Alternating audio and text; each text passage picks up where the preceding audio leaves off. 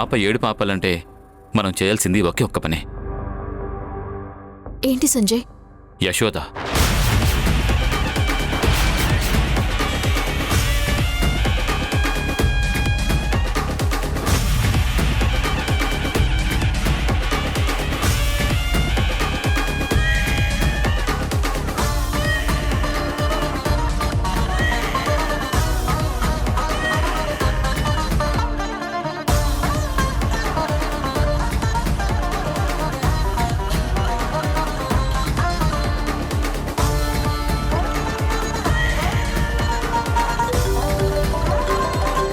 ఈ టైంలో సంజయ్ ఫోన్ చేస్తున్నారు. హలో యశోద, ఎక్కడున్నావు? బయటున్నాను, చెప్పండి. ఏంటి ఈ టైంలో కాల్ చేశారు? పాప ఉన్నట్టుండి నిద్రలో నుంచి లేచి ఏడుస్తూనే ఉంది. మేము ఎంత ఆడించినా జోలపాడినా తను ఏడుపు ఆపడం లేదు. నువ్వు కొంచెం రాగలవా? అవునా, నేను ఇప్పుడే వస్తున్నాను.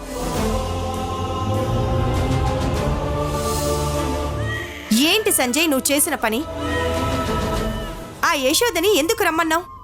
లేనిపోని తలనొప్పి కొని తెచ్చుకోవడం అంటే ఇదే కదా? మీరు నిన్న ఏమన్నారు అత్తయ్య? మీరు ఏం చేసినా పాప కోసం మా కోసం అన్నారు కదా. ఇప్పుడు నేను చేసింది కూడా పాప కోసమే. పాప అలా ఏడుస్తుంటే పాపకి ప్రమాదం. అందుకే కన్నతల్లినే రమ్మన్నాను. నీరజ, నువ్వు చెప్పు, నేనేమైనా తప్పు చేశానా? అది కాదు సంజయ్. మీరింకేం చెప్పొద్దు అత్తయ్య. పాప ఏడు పాపాలి, నీరజ ఆనందంగా ఉండాలి. ఇదే నేను ఆలోచించాను. నాతో పాటు మీకు తెలుసు కదా, యశోద వస్తే పాప ఏడు పాపుతుందని.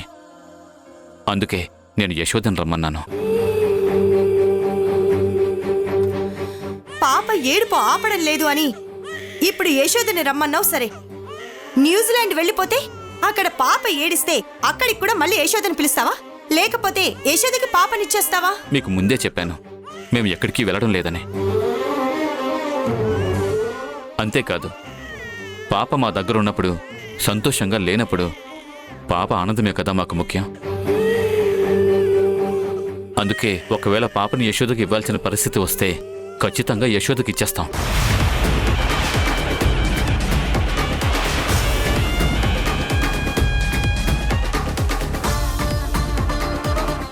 నీరజ, మీ ఆయనకి ఈ మధ్య పిచ్చి పట్టినట్టుంది. అందుకే ఏదేదో మాట్లాడుతున్నాడు. అలా ఇచ్చేయడానికా నేనిన్నాళ్ళు కష్టపడి ఇదంతా చేస్తోంది? నాకేం పిచ్చి పట్టలేదు అత్తయ్య. అలాగే నీరజకి ఇక్కడ ఇంకెవరికి పిచ్చెక్కకూడదు నేను అంటున్నాను. సంజయ్ కావాలనే నన్ను టార్గెట్ చేశాడని అర్థమవుతోంది. ఇప్పుడు యశోద ఇక్కడికి వస్తుంది. పాపనెత్తుకోగానే పాప ఏడు పాపుతుంది. తర్వాత నేనేం చేయాలి? ఏదో ఒకటి చేసి యశోదని కంట్రోల్ చేయాలి.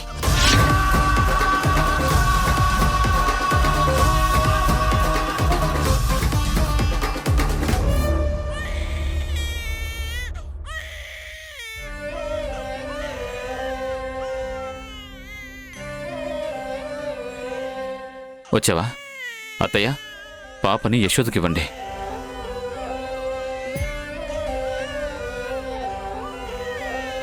వేల అక్షరాలు, కోటి పుస్తకాలు, చెప్పలేని ప్రేమ అమ్మే కదా. అంతం లేని సొంతం, పంతం లేని బంధం, స్వార్థం లేని రూపం అమ్మే కదా. ఎంత నిండుగా నీడనిచ్చిన ఎండ తప్పని చెట్టే అమ్మ. కంటి నిండుగా నీరే పొంగిన రెప్పముయని చూపే అమ్మ. తానో స్వర్గం, తానో దుర్గం అని సాధ్యం తన మార్గం. వేల అక్షరాలు, కోటి పుస్తకాలు, చెప్పలేని ప్రేమ అమ్మే కదా. అంతం లేని సొంతం, పంతం లేని బంధం, స్వార్థం లేని రూపం అమ్మే కదా.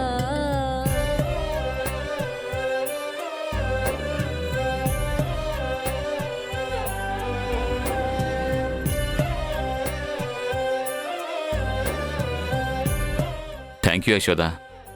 జరిగినవన్నీ మర్చిపోయి పిలవగానే వచ్చావు. నేను వచ్చింది నా బిడ్డ కోసమే కదా, ఇందులో థ్యాంక్స్ చెప్పడానికే ఉంది. లేదే ఆలుపని రాదే విసుగని అమ్మే తీసుకోండి. మునిరా. పాప మళ్ళీ ఏడవదు అని గ్యారెంటీ ఏంటి? ఈ రాత్రికి ఇక్కడే ఉండు. పైన రూమ్లో పాపని తీసుకెళ్ళి ఆడిపించు. నీ దగ్గరే పెట్టుకో.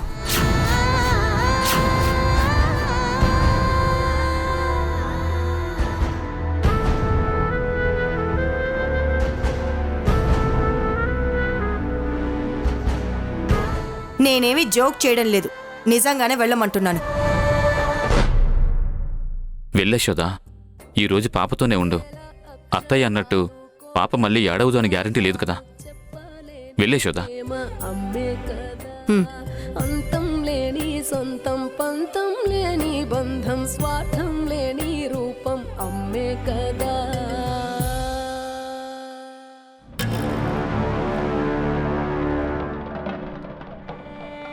అదేంటి యశోద గదిలో ఇంకా లైట్ వెలుగుతుంది?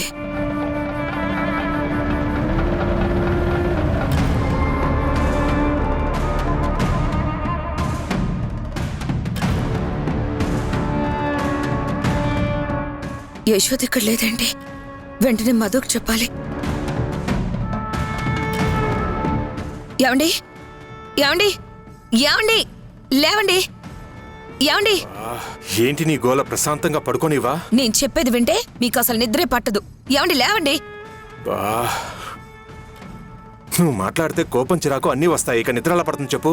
అది కాదయ్యా మహాప్రభు, యశోద కనిపించడం లేదు. తన గదిలో లేదు. ఏంటి నువ్వు చెప్పేది నిజమా? నిజమే. ఎక్కడికి వెళ్ళిందో తెలియట్లేదు. నాకెందుకో కంగారుగా ఉంది. నీకెందుకు అంత కంగారు? నీకు తన మీద ప్రేమ, ఆప్యాయత, అనురాగం లాంటివి లేవు కదా. అనవసరంగా ఇంత కంగారు పడుతున్నట్టు నటిస్తున్నావు. ఇంకేం నేను నమ్మలే. పెళ్ళాన్ని అనుమానించడంలో మొట్టమొదటి వ్యక్తి ఈ ప్రపంచంలో ఎవరైనా ఉన్నారు అంటే అది నువ్వే. నేను నిన్నటి నుంచి చూస్తున్నాను. నోటికి ఏదొస్తే అదే మాట్లాడుతున్నావు. నీ చెల్లెలకి అన్యాయం జరిగిందనే బాధ నీకుండొచ్చు, కానీ అలా అన్యాయం జరగడంలో నా తప్పేం లేదు. అది చెప్తే నీకు అర్థం కావట్లేదు.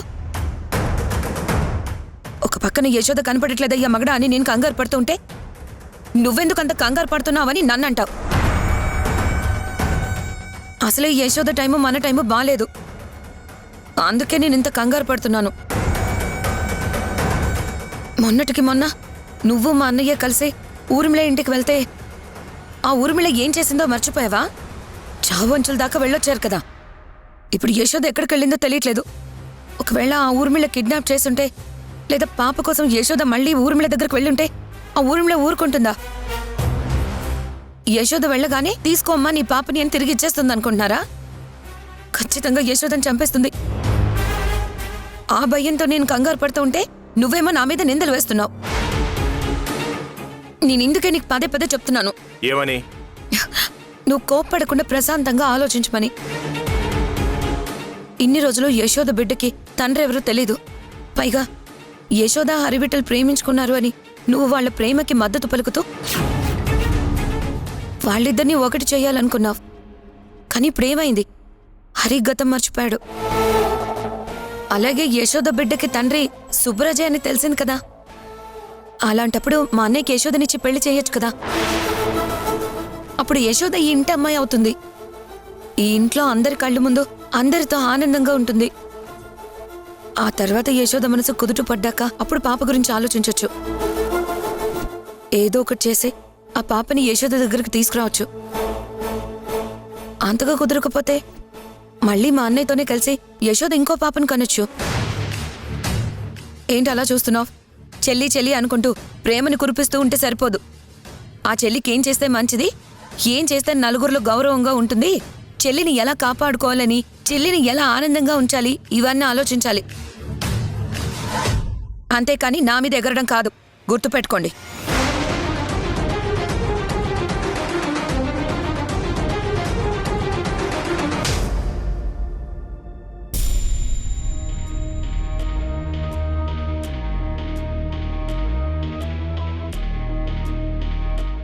ఏంట్రా సుబ్బరాజు, అలా ఉన్నావు? ఇంకా నువ్వు జరిగింది మర్చిపోలేదా? నన్ను క్షమించండి మేడం. మనిషి అన్నాక జీవితంలో చాలా తప్పులు చేస్తాడ్రా. నేను ఎన్నో తప్పులు చేసి ఎంతో మందిని మోసం చేసి ఈ స్థాయికొచ్చాను. కానీ ఒక్కోసారి తప్పులు చేయడంలో, మోసం చేయడంలో రిస్క్ కూడా ఉంటుంది. నువ్వు నన్ను మోసం చేశావు. అయినా నిన్నెందుకు చంపలేదో తెలుసా? ఎన్నో ఏళ్లుగా నా దగ్గర విశ్వాసంగా కుక్కలాగా పనిచేశావు. నేను ఏం చెప్తే అది చేశావు. ఎక్కడో నాకు నీ మీద కొంచెం ప్రేమ ఉన్నట్టుందిరా. అందుకే నువ్వు బ్రతికిపోయావు. నువ్వు చేసిన తప్పుకి మందలించి వదిలేశాను. నీ స్థానంలో ఇంకెవరున్నా కానీ క్షణాల్లో ఆలోచించకుండా చంపేసేదాన్ని. ఆ తర్వాత శవంతోనే మాట్లాడేదాన్ని.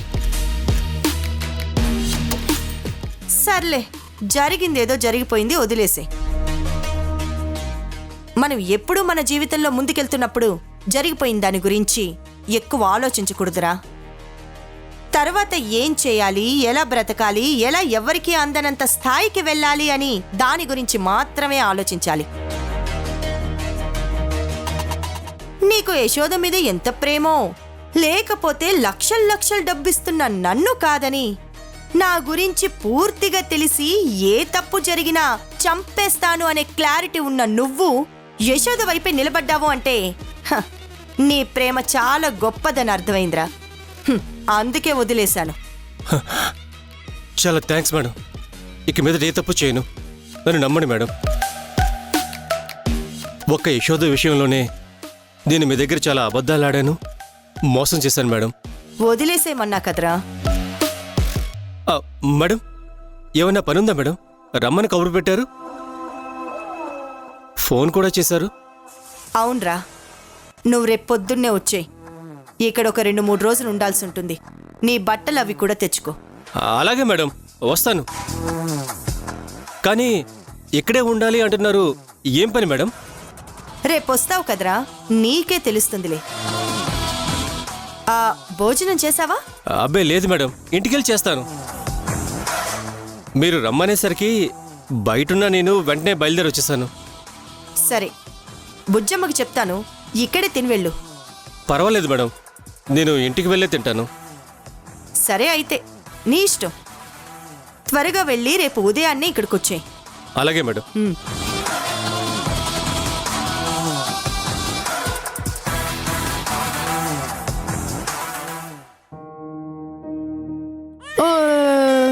చూడు చూడు చూడు చూడు చూడు బూచుడు చూడు బూచుడు చూడు చూడు చూడు చూడు చూడు చూడు బూచుడు చూడు. అమ్మో, ఏమైందనా? ఎందుకు ఏడుస్తుంది బంగారు తల్లి? ఏడవకు నాన్నా, ఎందుకు ఏడుస్తున్నావు?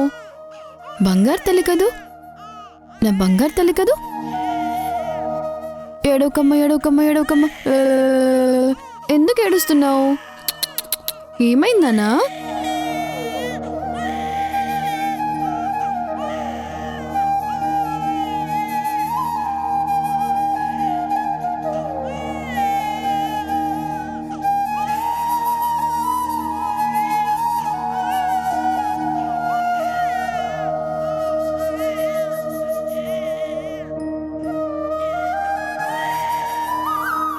నువ్వు పుట్టిన దగ్గర నుంచి నేను నీకెప్పుడూ దగ్గరగా ఉండలేదు.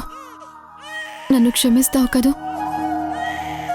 అనుక్షణం నిన్ను అంటుపెట్టుకుని ఉందామనుకున్నా ఈ రాక్షసుల వల్ల అది కుదరడం లేదు.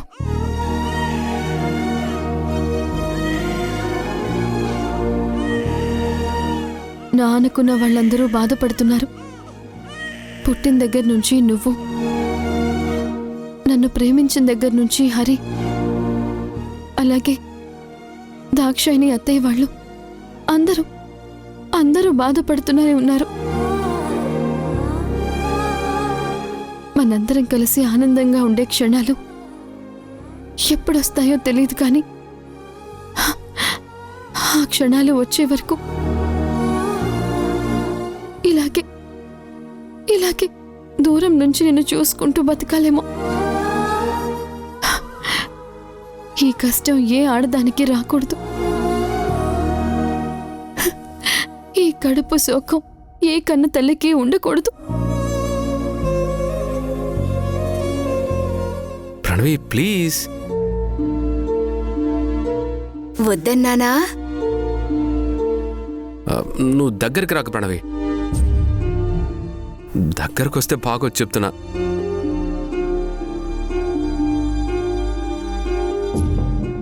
నేనొస్తాను. నువ్వు తిట్టినా వస్తాను, కొట్టినా వస్తాను. ఈరోజు నువ్వు నా మాట వినాలి కానీ నేను నీ మాట వినను.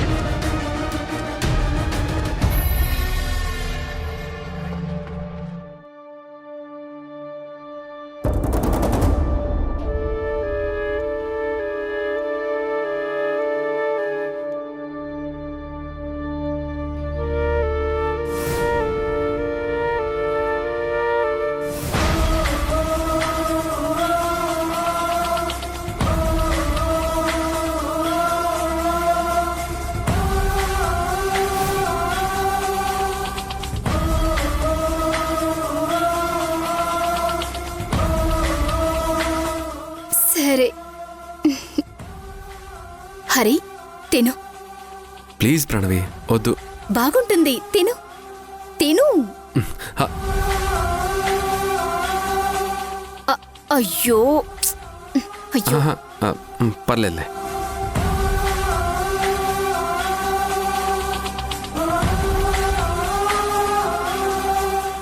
సరే నువ్వే తిను.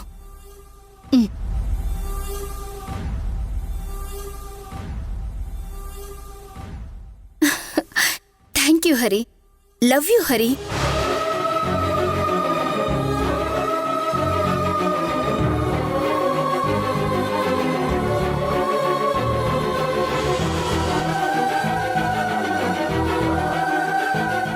హరి, ఈ సమ్మర్ వెకేషన్కి ఒక 4-5 డేస్ ఎక్కడికైనా వెళ్దామా? కొంచెం మనసు ప్రశాంతంగా ఉంటుంది.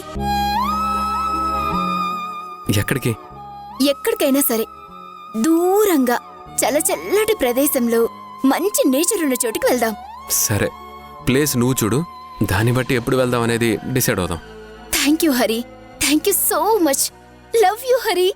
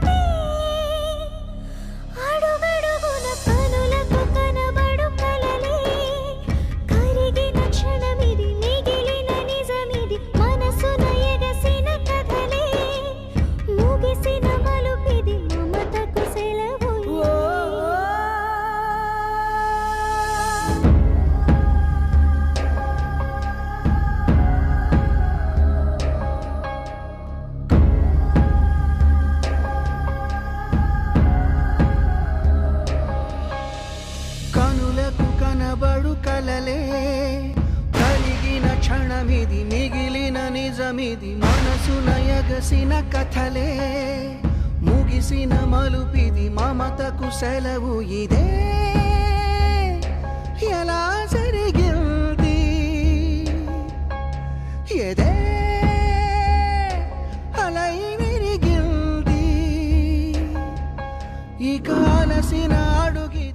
అయ్యో అయ్యో ఆహా, పర్లేదులే.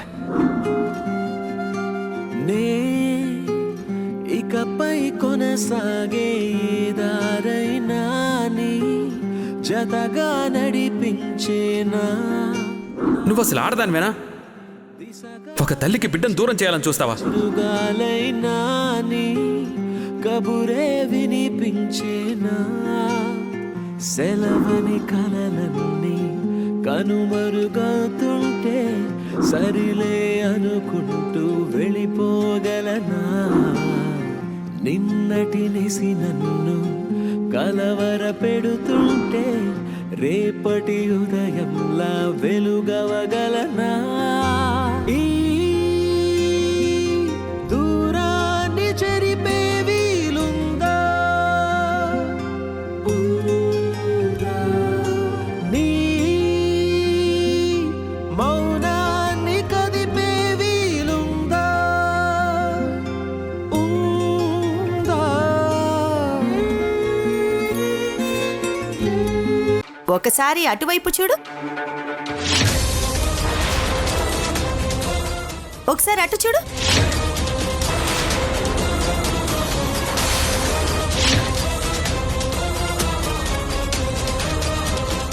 హరి ప్రణవిలకిద్దరికి పెళ్ళి. నువ్వు ప్రేమించిన వాడి పెళ్లి జరగబోతుంటే ఆ కార్యక్రమానికి నువ్వే ముఖ్య అతిథిగా రావడం.